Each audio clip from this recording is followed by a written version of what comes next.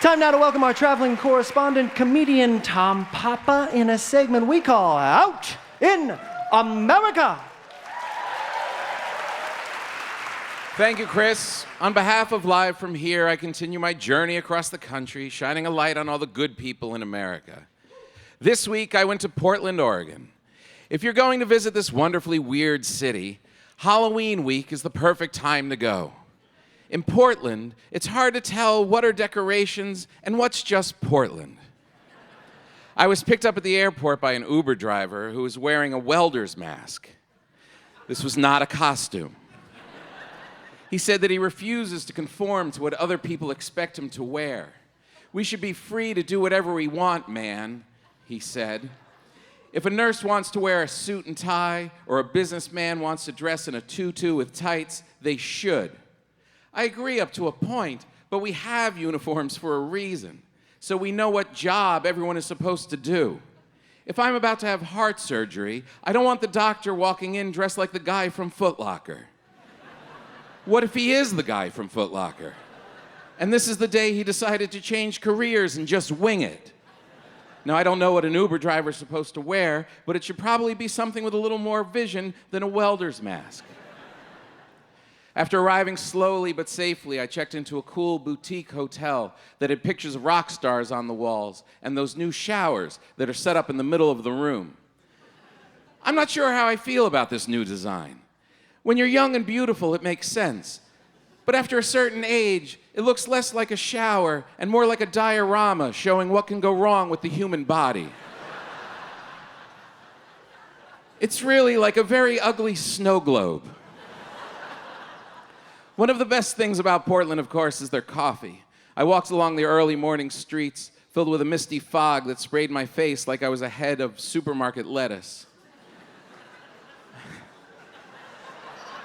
I found a great coffee shop that still had that early morning vibe with great wood tables, soft music playing, and a barista who looked like sunshine.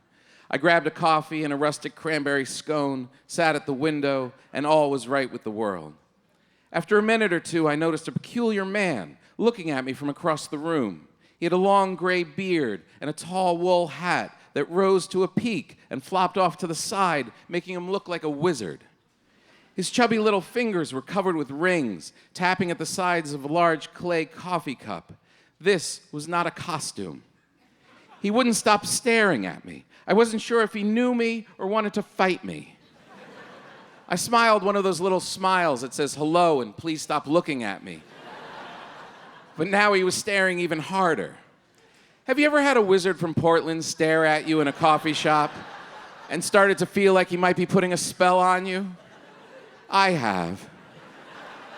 Suddenly, he put down his cup, took a deep breath, and hopped off his stool. He was much shorter than he looked a minute ago. He was about waist high and was marching towards me with quick little steps.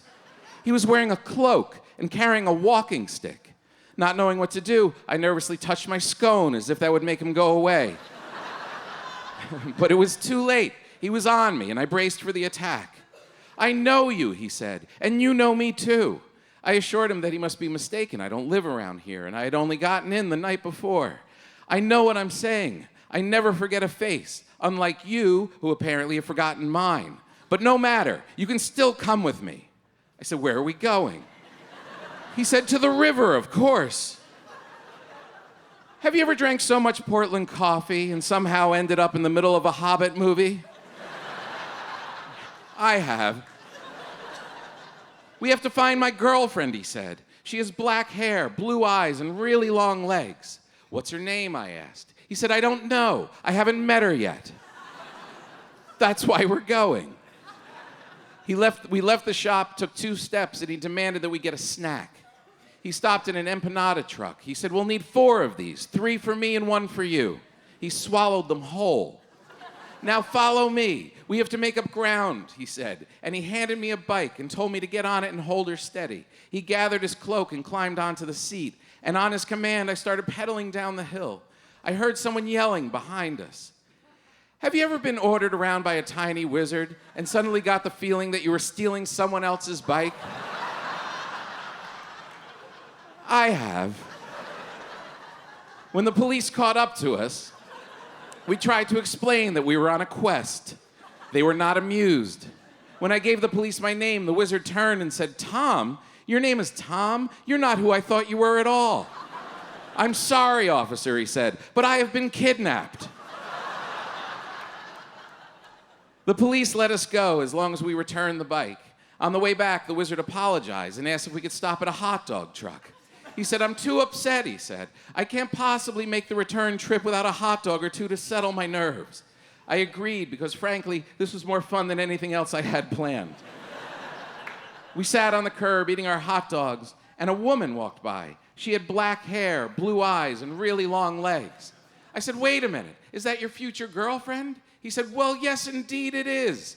That, my friend, is what we call magic." I couldn't believe what had happened. I asked him if he was a real wizard, and he said, "No, man, this is Portland. I'm a doctor." Thank you, Portland, and until next time, this has been Tom Papa out in America. Thank you, Tom.